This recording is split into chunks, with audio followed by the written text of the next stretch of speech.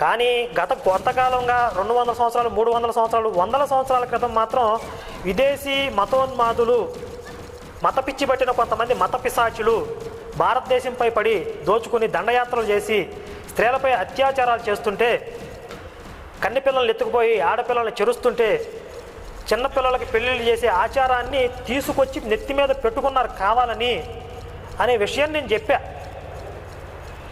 మళ్ళీ ఈయన మనుధర్మ శాస్త్రాన్ని తీసుకొస్తున్నాడు. ఈ మనుధర్మ శాస్త్రం గురించి ఒకసారి మనం పరిశీలిస్తే దాదాపుగా 20 లక్షల సంవత్సరాల క్రితం నాటిది. 20 లక్షల సంవత్సరాల క్రితం నాటి ఈ నియమాలు ఉంటే మరి త్రేతాయుగంలో కానీ ద్వాపర యుగంలో కానీ బాల్య వివాహాలు జరిగి ఉండాలి కదా. ఎందుకు జరగలేదు? కేవలం కొన్ని 100 సంవత్సరాల క్రితం మాత్రమే ఎందుకు జరిగాయి అంటే, ఇప్పుడు సమాజంలో కొన్ని నియమాలు చేర్చాలి అనుకున్నారు. అప్పుడు ఆపత్కాలంలో